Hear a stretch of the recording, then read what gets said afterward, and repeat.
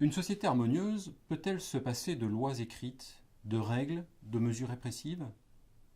Si on laisse libres les hommes, ne va-t-on pas assister au désordre, à l'anarchie, à la désorganisation? Comment éviter de créer une pure juxtaposition d'individus agissant en dehors de tout concert, si ce n'est par des lois et une organisation politique centralisée? Tel est l'argument, souvent invoqué, de ceux qui réclament une régulation du marché ou de la société, seule capable de coordonner les individus dans un ensemble cohérent et harmonieux. Or, tel n'est pas le point de vue de Frédéric Bastiat. Selon lui, le mécanisme social, comme le mécanisme céleste ou le mécanisme du corps humain, obéit à des lois générales. Autrement dit, il s'agit d'un ensemble déjà harmonieusement organisé. Et le moteur de cette organisation pour la société, c'est le libre marché.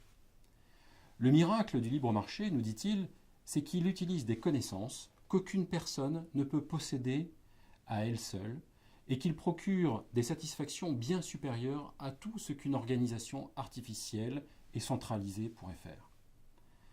Bastiat prend quelques exemples pour illustrer les bienfaits de ce marché. L'habitude nous a tellement familiarisés avec ce phénomène que nous n'y faisons plus attention. Prenons un menuisier dans un village, dit-il, et observons tous les services qu'il rend à la société et tous ceux qu'il en reçoit. Je le cite. Tous les jours, en se levant, il s'habille et il n'a personnellement fait aucun de ses vêtements.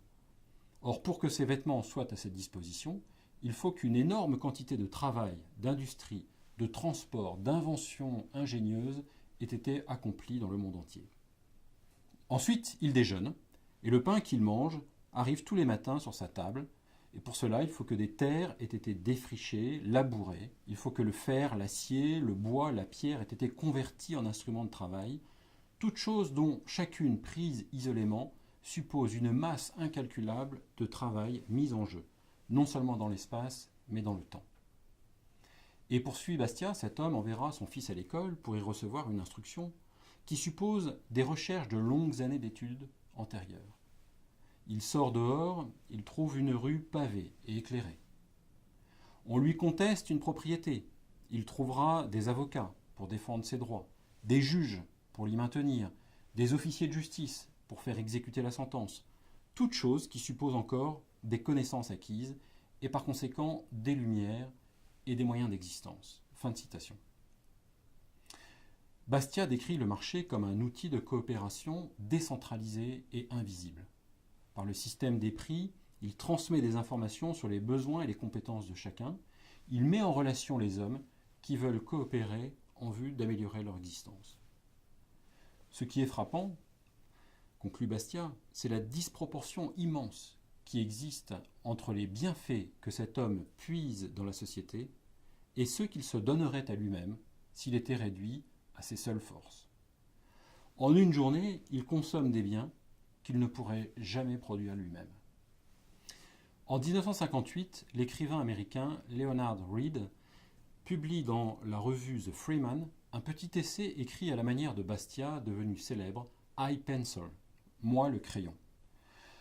Ce texte est une métaphore de ce qu'est un marché libre. Il commence ainsi, je le cite. « Je suis un crayon à mine, un crayon ordinaire en bois, familier à tous les garçons et les filles et les adultes qui savent lire et écrire. Il est l'un des objets les plus simples dans la civilisation humaine. Et pourtant, pas une seule personne sur cette terre ne sait comment me produire. » Fin de citation. Il reprend l'idée de Bastiat d'une coopération invisible entre des millions d'individus qui ne se connaissent pas pour aboutir à la construction de cet objet aussi banal qu'un simple crayon. Personne ne sait faire seul un crayon. Mais des millions d'êtres humains participent sans le savoir à la création de ce simple crayon, échangent, coordonnent leur savoir, leur savoir-faire, dans le cadre d'un système de prix, sans qu'aucune autorité supérieure ne leur dicte leur conduite.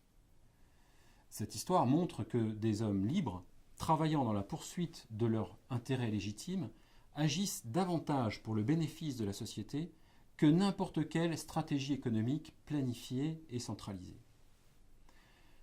Le prix Nobel d'économie 1976, Milton Friedman, a également repris cette histoire du crayon pour expliquer au grand public le fonctionnement de l'économie de marché.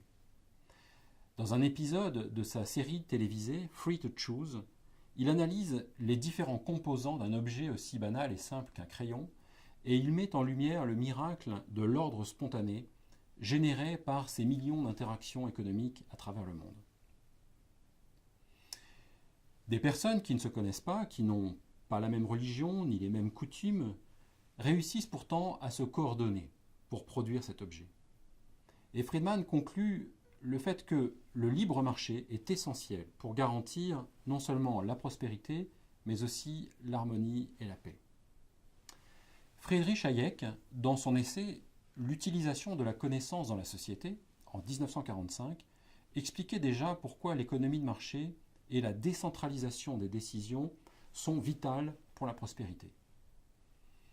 En effet, selon Hayek, aucun planificateur central ou bureaucrate ne pourrait jamais avoir une connaissance suffisante de la manière de guider avec succès l'ensemble des actions économiques. Seul un système des prix sur un marché libre permet à des millions d'acteurs indépendants de décider pour eux-mêmes comment répartir efficacement les ressources. La planification économique, qui prétend faire mieux que le marché, conduit, selon Hayek, non seulement à une mauvaise allocation des ressources, mais aussi à l'hégémonie d'une classe sur une autre.